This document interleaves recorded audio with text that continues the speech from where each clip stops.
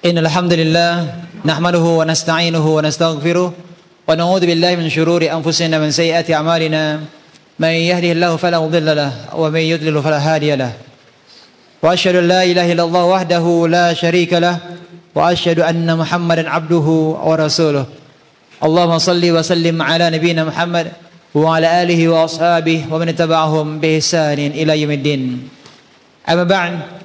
Ibu-ibu yang semoga senantiasa dirahmati Allah SWT dan para pemirsa Najiyah TV dimanapun anda berada, serta pendengar Radio Pasaman FM, azanallahu wa iyyakum. Alhamdulillahilladzi bi ni'matihi tatimmu shalihat. Kesempatan yang berbahagia ini kita akan melanjutkan pembahasan kita dari kitab Jawami'ul Ad'iyah An-Nabawiyah, kumpulan doa-doa Nabi sallallahu alaihi wasallam, ya, doa-doa pilihan yang dikumpulkan oleh Fadilatul Syekh Abdul Razak hafizallahu taala. Doa yang akan kita pelajari ini adalah doa yang sangat penting. Kenapa? Karena kita hidup di zaman yang penuh fitnah. Zaman kita saat ini merajalela, di sekitar kita terbuka ya sarana-sarana yang mengumbar syahwat. Banyak beredar perkara-perkara syubhat. Dan semua ini fitnah syahwat dan fitnah syubhat ada di HP, ya, bisa diakses. Dan ini semua akan menyerang qalbu. Dan qulubul ibad aw'iyah. Qalbu para hamba itu akan menampung apa? Menampung apa saja yang dilihatnya, menampung apa saja yang didengarnya, menampung apa saja yang dibicarakannya. Dan rawan bagi kolbu berubah-ubah, dan bisa saja dia akan keluar dari jalan yang lurus. Siang hari seseorang bisa beriman, dalam kondisi beriman, sore hari bisa berubah imannya. Siang hari seseorang istiqamah, sore hari bisa tertawan oleh syahwatnya.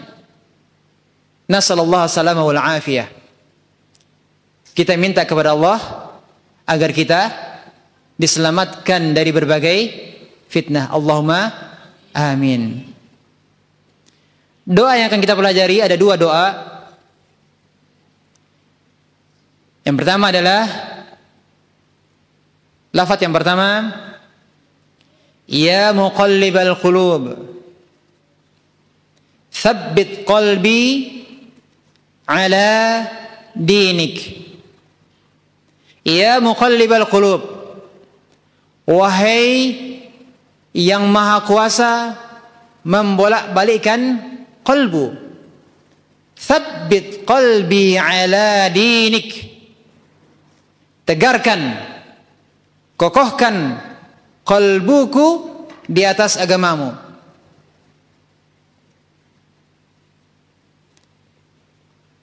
Ya, qulub jamak dari qalb.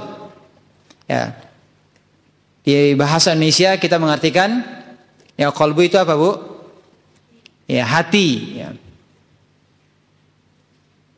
Sebenarnya dalam bahasa Arab qalbu itu adalah jantung, tempat berdenyut. Ya.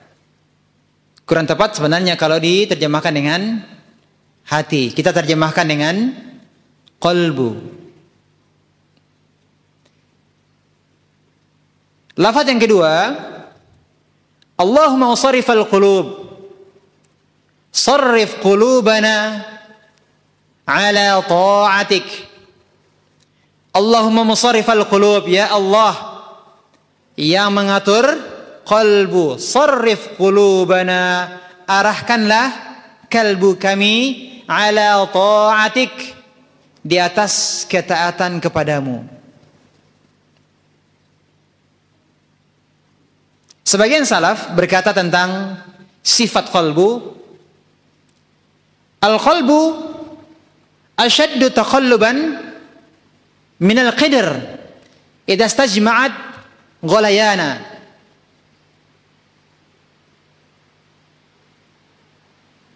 Sungguh qalbu itu lebih kuat gerakannya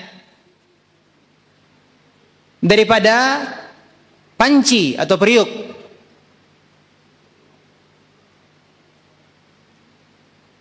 Ini ketika airnya mendidih,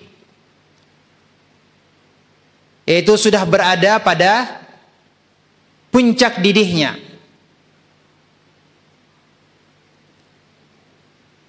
Jadi hati itu rentan berbolak-balik, ya. Dibandingkan dengan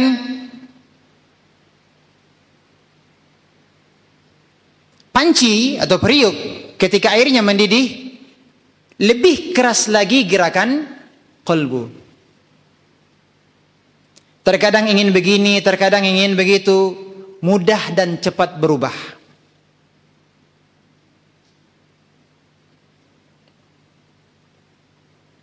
Sebagian salaf juga mengatakan al-qalbu ashaddu taqalluban min ar-rishah. Qalbu itu pergolakannya lebih kuat daripada bulu bi ardi falatin, yang berada di tengah hamparan tanah yang luas, fi yaumi rihin asif, ditiup angin yang kencang. Jadi bulu tersebut diombang-ambing oleh angin yang keras, dan qalbu lebih keras gerakannya. Ini menunjukkan bahwa qalbu itu mudah sekali berubah-ubah. Yang merubah-rubahnya siapa, Bu? Allah. Maka berdoalah, tsabbit qalbi ala dinik. Tegarkan, kokohkan qalbuku di atas agamamu.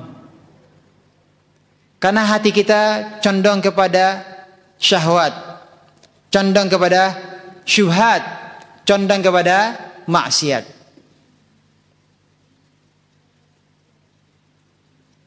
Lafaz doa yang kedua, Allahumma musarrifal qulub, sarrif qulubana ala ta'atik. Ya Allah, yang membolak-balikkan hati, ya Allah yang maha mengatur qalbu, sarrif qulubana ala ta'atik, arahkan qalbu kami di atas ketaatan kepadamu. Jadi kita minta kepada Allah, hati kita berpindah dari satu kondisi ke kondisi yang lainnya. Hati kita berpindah dari satu keinginan ke keinginan yang lain. Tetapkanlah dalam satu lingkungan ketaatan, ya Allah. Kita ingin baca Al-Quran, setelah itu datang keinginan untuk belajar, ada keinginan untuk sholat tahajud. Bagi ibu-ibu, para istri ingin menaati suaminya, berpindah dari satu keinginan kepada keinginan yang lainnya, akan tetapi semuanya dalam ketaatan kepada Allah Subhanahu wa taala.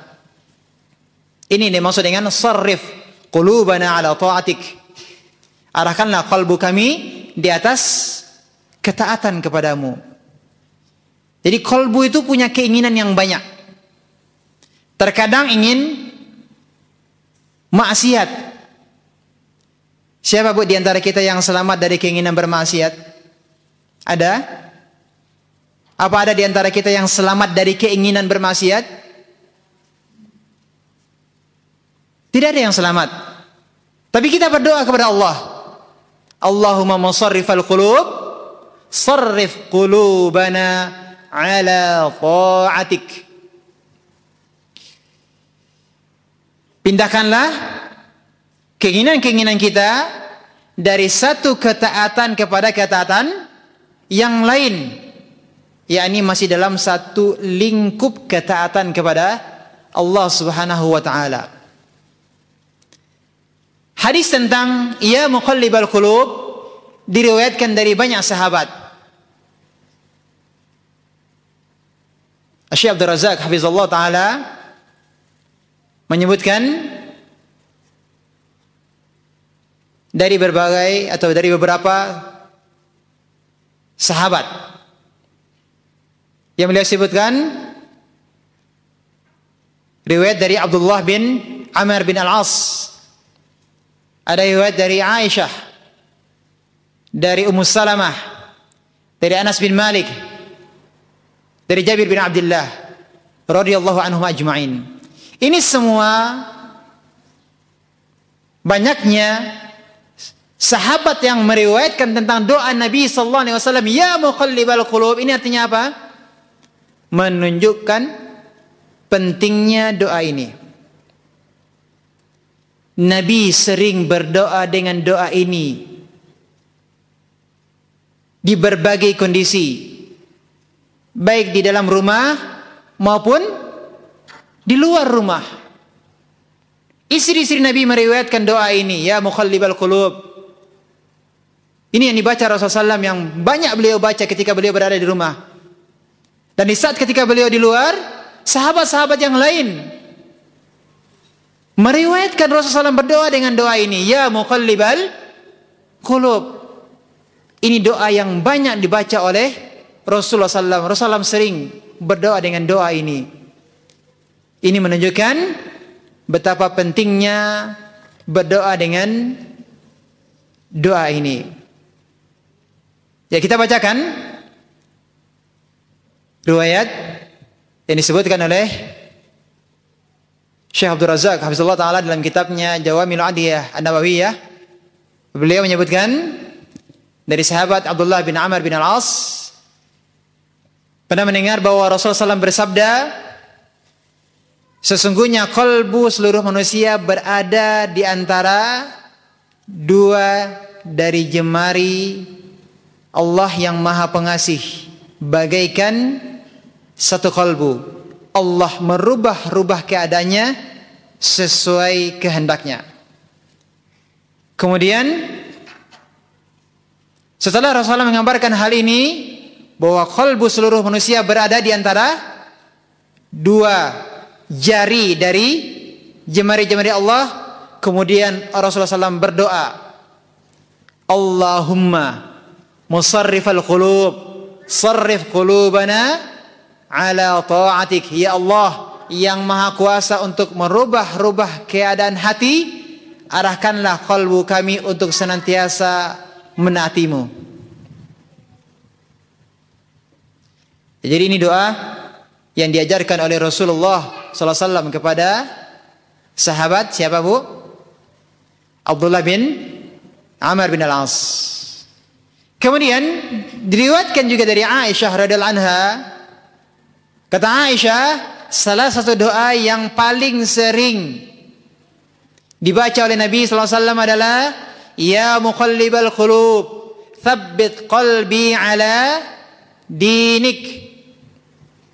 Wahai yang maha kuasa untuk membolak-balikkan hati, kokohkanlah kalbuku di atas agamamu.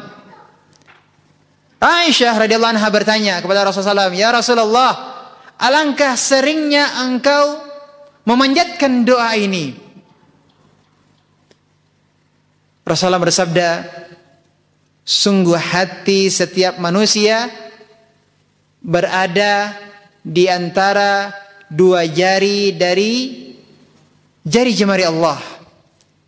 Bila Allah berkehendak, Dia akan menyimpangkannya, dan bila Allah berkehendak, Dia akan meluruskannya. Meluruskan apa, Bu? Meluruskan qalbu. Riwayat yang lainnya dari Ummu Salamah radhiyallahu anha, istri Nabi sallallahu alaihi wasallam. Ketika Ummu Salamah ditanya, "Wahai Ummul Mukminin, apakah gerangan doa yang paling sering dibaca oleh Nabi sallallahu alaihi wasallam?" Ummu Salamah menjawab, doa yang paling sering beliau panjatkan adalah, "Ya muqallibal qulub, tsabbit qalbi ala dinik."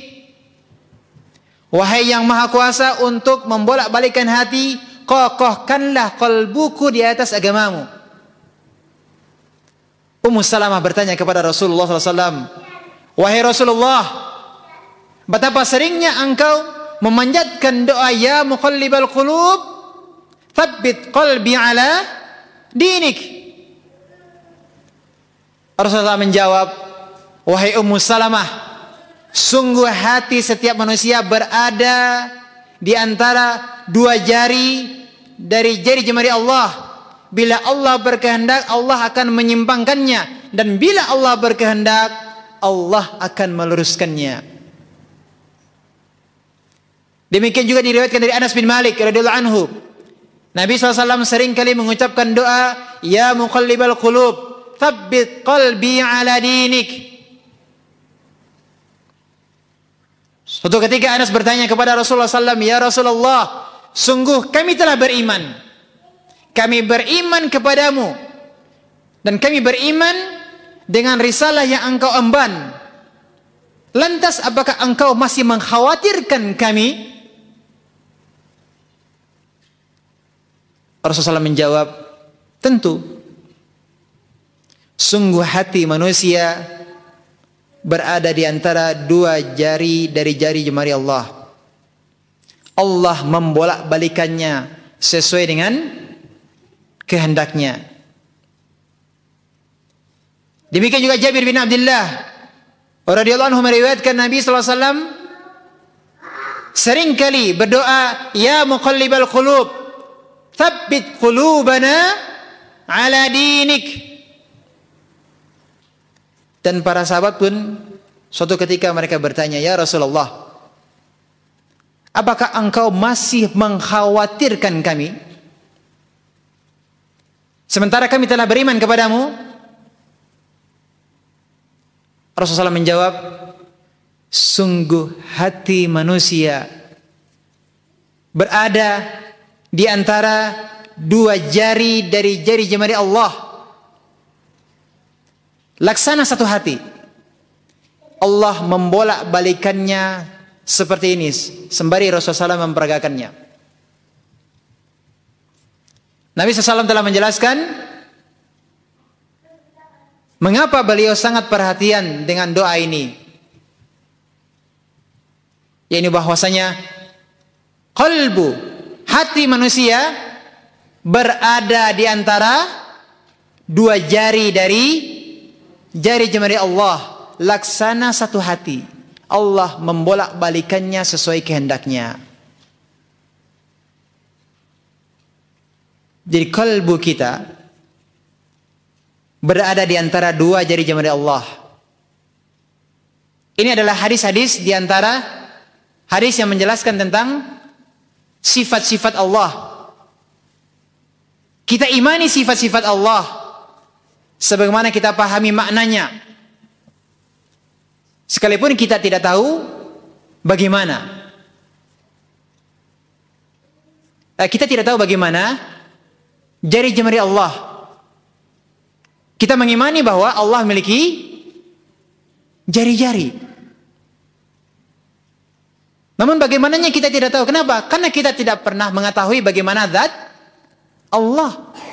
Kita tahu Allah punya zat. Ya, kita tahu bahwa Allah punya zat, tapi zat Allah tidak sama dengan zat makhluknya.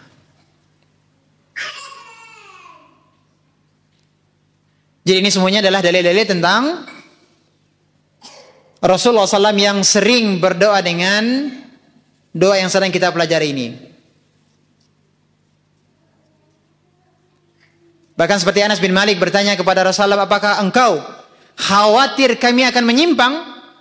Apakah engkau khawatir hati kami akan berubah? Ya, kita punya qalbu, tapi kita tidak bisa mengaturnya. Siapa yang mengatur? Allah yang mengatur.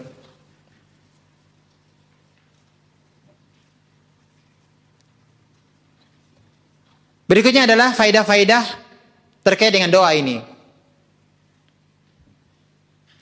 Yang pertama, yang mengatur hati adalah Allah. Jika seseorang taat kepada Allah, maka jangan ujub. Nabi SAW menekankan hal ini, bahwasanya insya'a azaghah.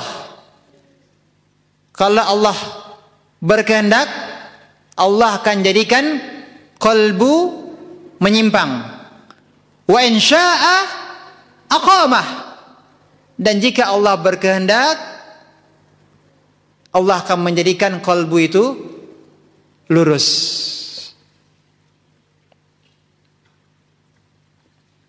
Demikian juga Allah SWT berfirman, yamunnuna 'alaika an aslamu. Mereka merasa telah memberi nikmat kepadamu dengan keislaman mereka. Qul, katakan wahai Muhammad sallallahu alaihi wasallam, la tamunnu 'alayya islamakum. Katakan kepada mereka, janganlah kamu merasa telah memberi nikmat kepadaku dengan keislamanmu. Balillahu yamunnu 'alaikum an hadakum lil iman. Sebenarnya Allah dialah yang melimpahkan nikmat kepadamu dengan menunjuki kamu kepada keimanan. In kuntum shadiqin, jika kamu adalah orang-orang yang benar. Surat Al-Hujurat ayat 17.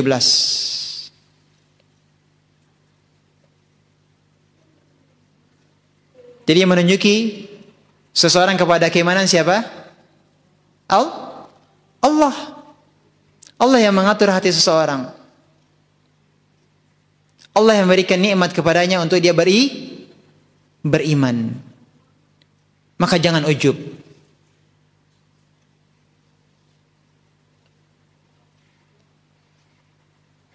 Demikian juga firman Allah Subhanahu wa taala, walakinna Allah habbaba ilaikumul iman.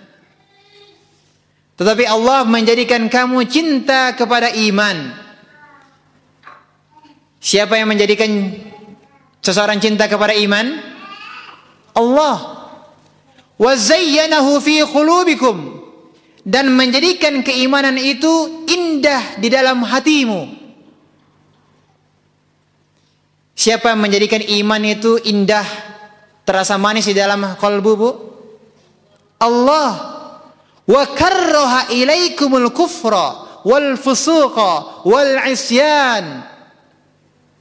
Dan Allah juga yang menjadikan kamu benci kepada al-kufr, kekafiran, wal fusuqa, kefasikan, wal isyan, dan benci terhadap kedurhakaan.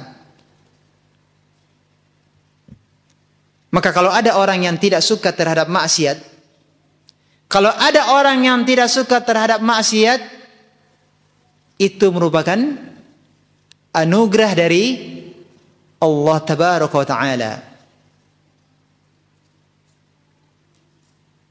Kita pernah suka dengan maksiat. Kita pernah cenderung kepada maksiat. Kemudian kita sadar Allah yang menjadikan kita benci terhadap maksiat. Allah yang menjadikan kita benci terhadap kesyirikan dan kekufuran. Allah yang atur hati kita.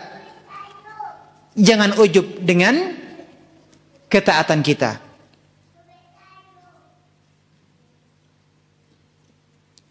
Bu, kita pernah suka dengan maksiat atau tidak? Pernah atau sering? Hah? Kita pernah cenderung kepada maksiat, iya atau tidak? Iya. Kita suka nonton maksiat, iya atau tidak? Dulu Ustaz, tidak kini dah Ustaz. Ya. Iya Bu, banyak dulu di antara kita Sufi, suka film. Ya, Sufi India, Sufi Korea. Nah, kemudian sadar ya. Siapa yang menjadikan kita benci terhadap maksiat, Bu? Allah yang berikan kepada kita anugerah. Jadi jangan ujub dengan ketaatan kita. Jangan ujub. Allah yang mengatur hati kita. Maka ketika kita berada dalam ketaatan kepada Allah, sadarilah bahwa itu adalah merupakan anugerah dari Allah SWT. Bersyukurlah. Ayat yang lain. Alhamdulillahilladzi hadana lihada. Penghuni surga berkata, Alhamdulillah, segala puji bagi Allah yang telah menunjuki kami kepada surga ini. Perkataan siapa ini? Penghuni surga. Wa ma kunna linahtadiya laula an hadana Allah. Dan kami sekali-kali tidak akan mendapatkan petunjuk kalau Allah tidak beri kami petunjuk. Surat Al-A'raf ayat 43. Maka jangan ujub, karena Allah yang memberi petunjuk. Ini faedah yang pertama. Apa faedah yang pertama, Bu? Bahwa Allah yang mengatur hati kita. Ketika Allah jadikan kolbu kita berada di atas ketaatan kepada Allah, maka bersyukurlah, karena itu adalah merupakan pemberian dari Allah, nikmat dari Allah. Dan jangan ujub, takjub dengan diri kita. Soleh, orang yang taat, orang yang alim. Tidak demikian. Faedah yang kedua, begitu butuhnya kita dengan doa ini, agar kalbu kita dijaga Allah Subhanahu wa ta'ala.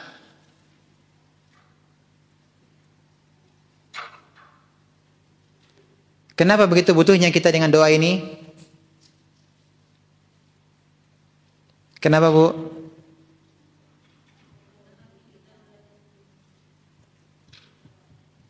Kenapa kita butuh berdoa? Ya muqallibal qulub, tsabbit qalbi ala dinik. Iya. Yang pertama, karena Nabi sering memanjatkan doa ini. Nabi memanjatkannya dalam berbagai kondisi, di rumah maupun di luar rumah. Yang kedua, Nabi SAW mengkhawatirkan para sahabat, Anas bin Malik dan yang lainnya. Padahal Anas bin Malik berada di zaman Nabi SAW yang jauh dari syahwat dan syubhat. Akan tetapi beliau diajarkan untuk membaca doa ini. Dianjurkan untuk membaca doa ini. Apalagi kita berada di zaman yang jauh dari zaman kenabian.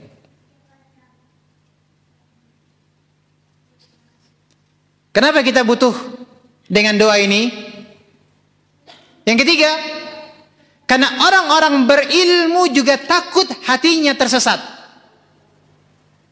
Apa bu? Karena orang-orang berilmu juga takut hatinya tersesat. Mereka berdoa, Rabbana la tuzigh qulubana. Wahai Rabb kami, janganlah engkau palingkan hati kami kepada kesesatan. Ba'da idh hadaitana. Setelah engkau berikan hidayah, petunjuk kepada kami. Siapa yang memanjatkan doa ini? Silakan lihat di surat Ali Imran ayat 8. Siapa yang membaca doa ini? Rabbana la tuzigh qulubana ba'da idh hadaitana. Yang memanjatkan doa ini adalah ar-rasikhuna fil ilmi. Orang-orang yang mendalam ilmunya. Mereka paham betul bahayanya hati yang suka berubah-ubah.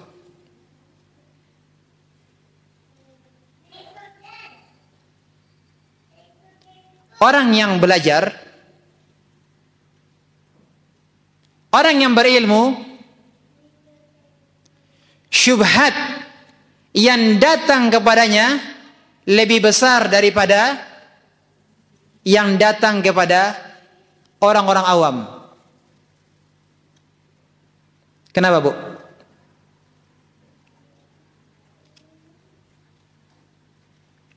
Bisa dipahami pertanyaannya? Orang-orang yang belajar, menuntut ilmu, orang-orang yang berilmu, syubhat yang datang kepada mereka lebih besar daripada syubhat yang datang kepada orang-orang awam. Kenapa?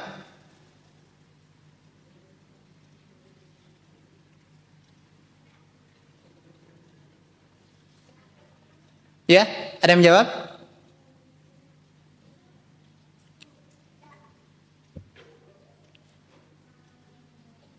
Seperti ustadz, da'i yang belajar tentang syubhat ateis,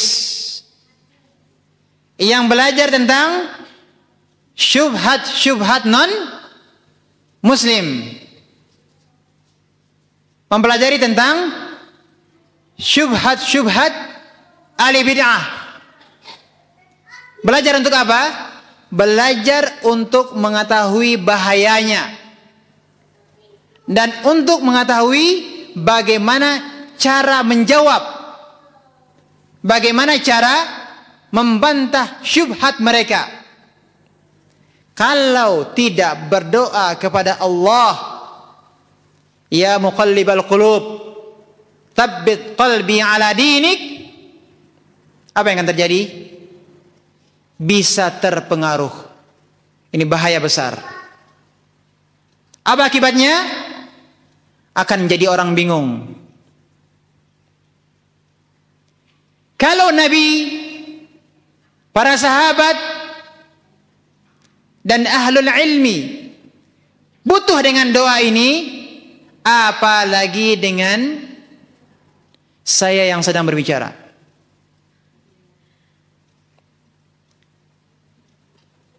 Apalagi dengan kita lebih butuh dengan doa ini.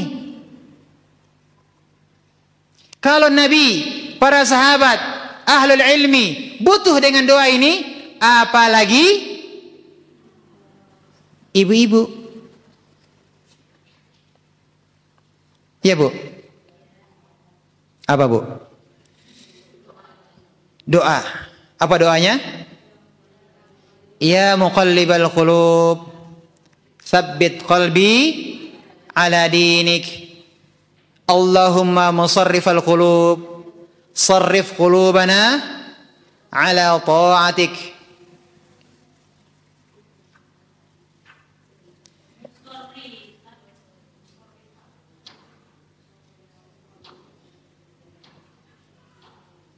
Allahumma musarrifal qulub.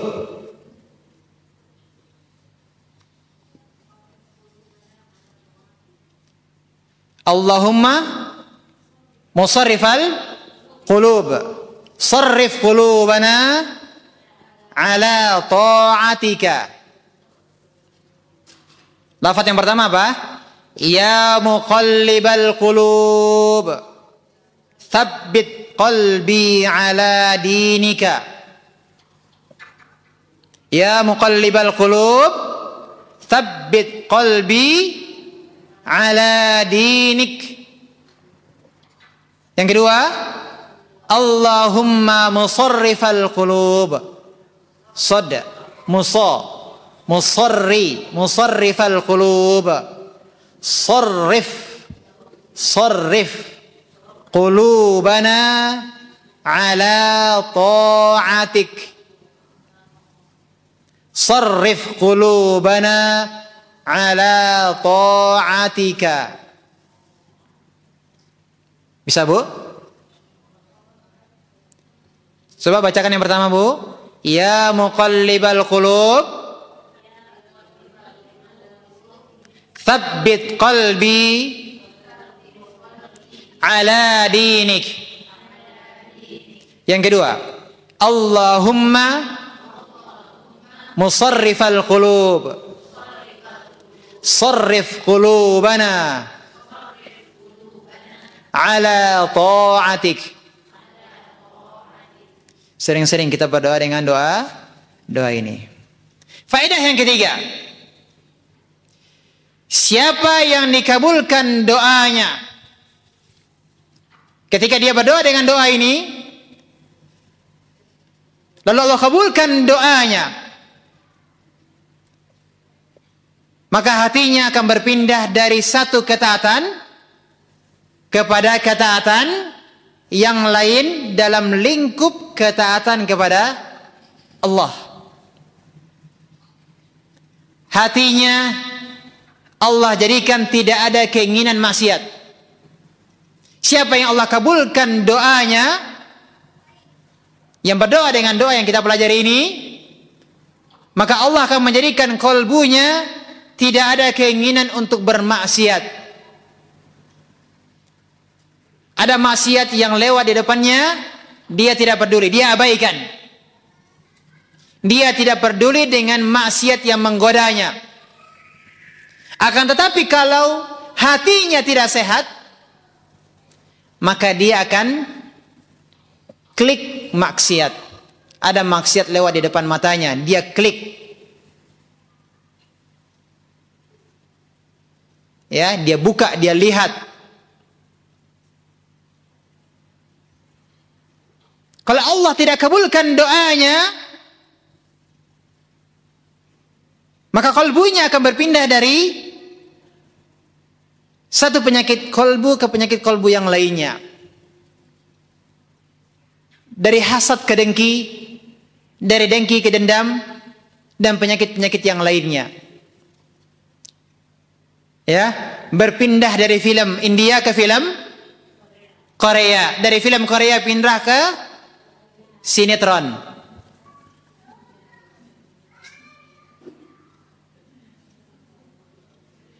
Dari maksiat ke maksiat. Karenanya Nabi SAW banyak berdoa dengan doa ini. Kenapa Nabi SAW banyak berdoa dengan doa ini? Kelezatan hati berpindah dari satu kebaikan ke kebaikan yang lain. Kelezatan hati, manisnya iman berpindah dari satu ketaatan kepada ketaatan yang lain. Ketaatan kepada Allah Subhanahu wa taala, tidak ada keinginan bermaksiat.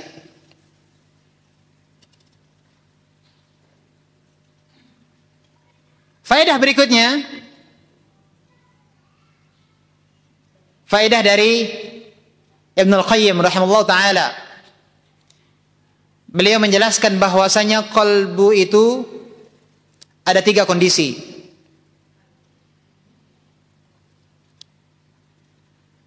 Yang pertama, jika qalbunya digerakkan kepada Allah, kepada ketaatan,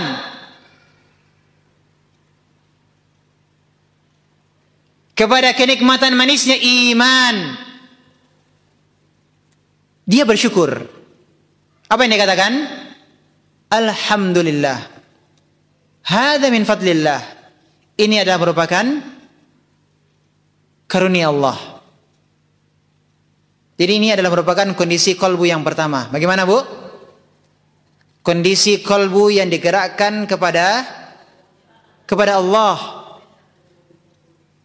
Qalbunya digerakkan untuk taat. Qalbunya merasakan manisnya iman, manisnya ketaatan, maka dia bersyukur. Dia mengucapkan alhamdulillah, karena dia menyadari ini adalah merupakan nikmat dari Allah. Dia mengatakan hadza min fadlillah, ini adalah merupakan karunia dari Allah. Yang kedua, jika hatinya mulai tergerak untuk bermaksiat, maka dia berlindung kepada Allah. Segera dia berdoa, ya muqallibal qulub, tsabbit qalbi ala dinik. Supaya apa?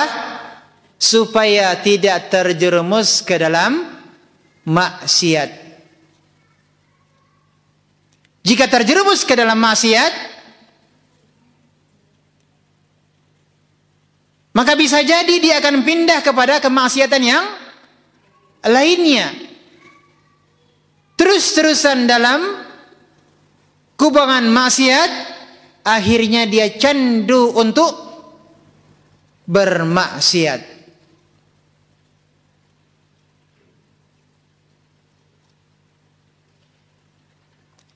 Jangan ada prinsip, jangan sampai ada yang punya prinsip sudah terlanjur basah, nyembur raja sekalian. Yang benar adalah segera berlindung kepada Allah. Ini kondisi qalbu yang kedua. Ketika mulai qalbu tergerak untuk bermaksiat, apa yang harus dilakukan? Segera berlindung kepada Allah. Yang ketiga, jika kalbunya telah tertawan oleh syahwat dan syaitan, maka segeralah minta tolong kepada Allah dengan yakin, karena tidak ada yang dapat menolongnya kecuali Allah. Ini kondisi kalbu yang ketiga, tertawan oleh syahwat dan syaitan. Apa yang harus dilakukan? Ketika kalbu telah tertawan oleh syahwat dan syaitan, segeralah minta tolong kepada Allah dengan penuh keyakinan Allah lah yang akan menolong kita, dan tidak ada yang bisa menolong kita melainkan hanya Allah semata.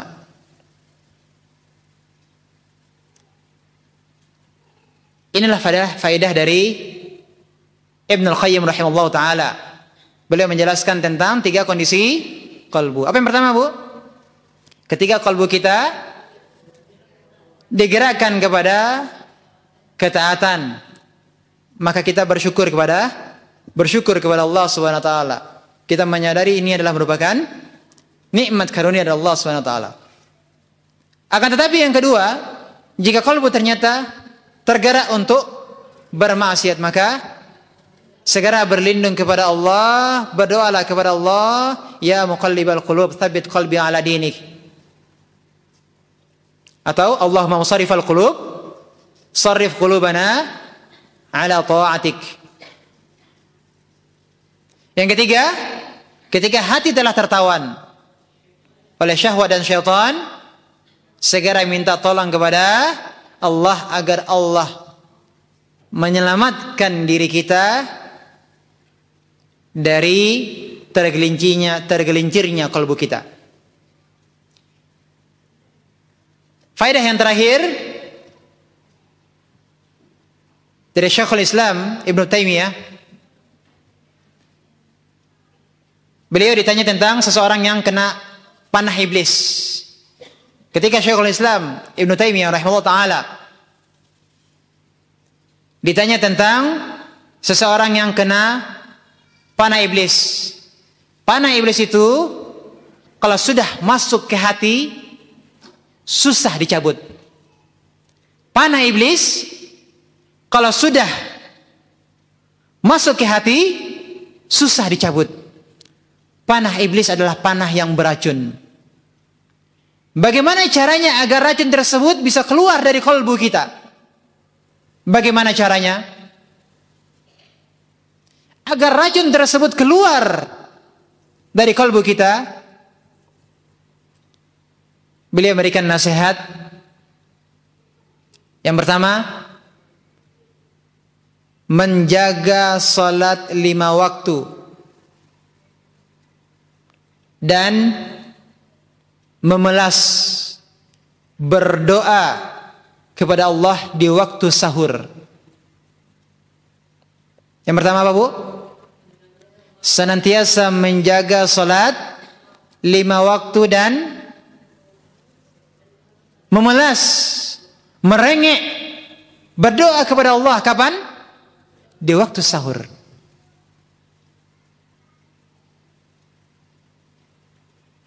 Ketika salat tahajud, ketika sujud, kita berdoa kepada Allah Subhanahu wa taala agar kalbu kita dikokohkan di atas ketaatan kepada Allah Subhanahu wa taala.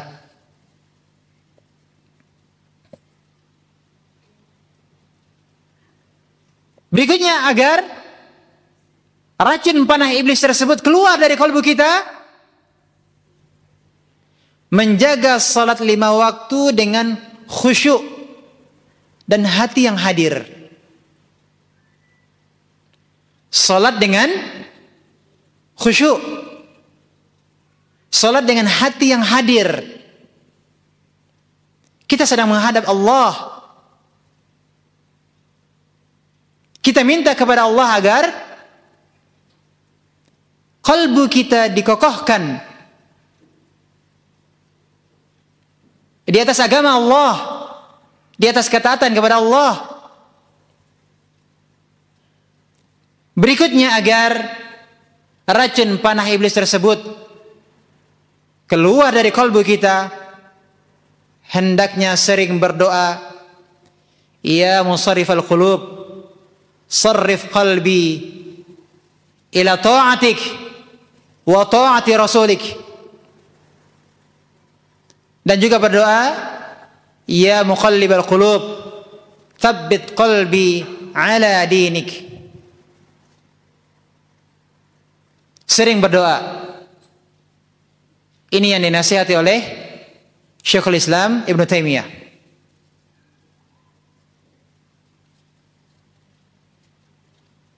Kita sering berdoa,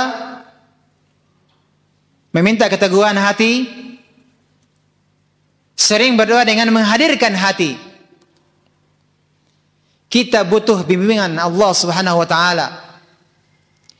Kita butuh bimbingan Allah Subhanahu wa taala.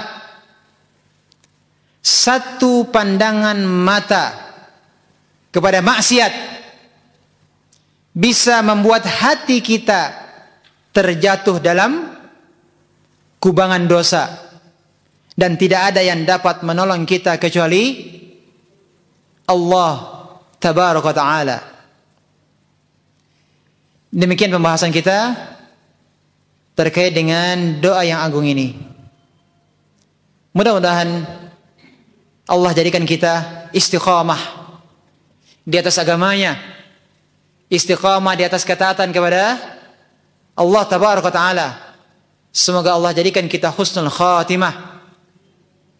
Semoga Allah jadikan kita husnul khatimah di atas agama Allah, di atas sunnah Rasulullah. Allahumma amin. Tidak ada jaminan, ya, tidak ada jaminan kita bisa istiqamah. Maka hendaknya kita sering-sering berdoa dengan doa yang diajarkan oleh Rasulullah SAW. Beliau, para sahabat, orang-orang yang berilmu, telah kita sebutkan tadi, khawatir dari berbolak-baliknya hati dari ketaatan kepada kemaksiatan, dari iman kepada kekufuran. Nas'alullah salama wal afiyah. Maka sering-seringlah kita berdoa, sering-sering berdoa.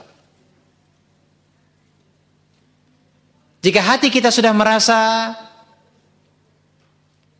ibadah tidak lagi terasa nikmat, jika hati kita sudah terasa hampa, ibadah kita sepertinya hanya kebiasaan saja, hanya sekedar rutinitas saja, akan tetapi hampa, kosong, maka kita segera menuju Allah Subhanahu wa taala agar Allah kokohkan hati kita di atas ketaatan kepadanya. Bisa saja kita akan mengalami suatu kondisi di mana iman kita menurun. Karena kita meyakini, Ahlussunnah wal Jamaah meyakini apa? Iman itu bisa bertambah dan iman itu bisa berkurang.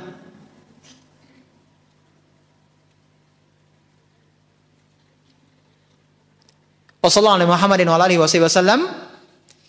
Mudah-mudahan apa yang kami sampaikan ini bermanfaat, terkhusus untuk kami yang menyampaikannya dan juga untuk kita semuanya.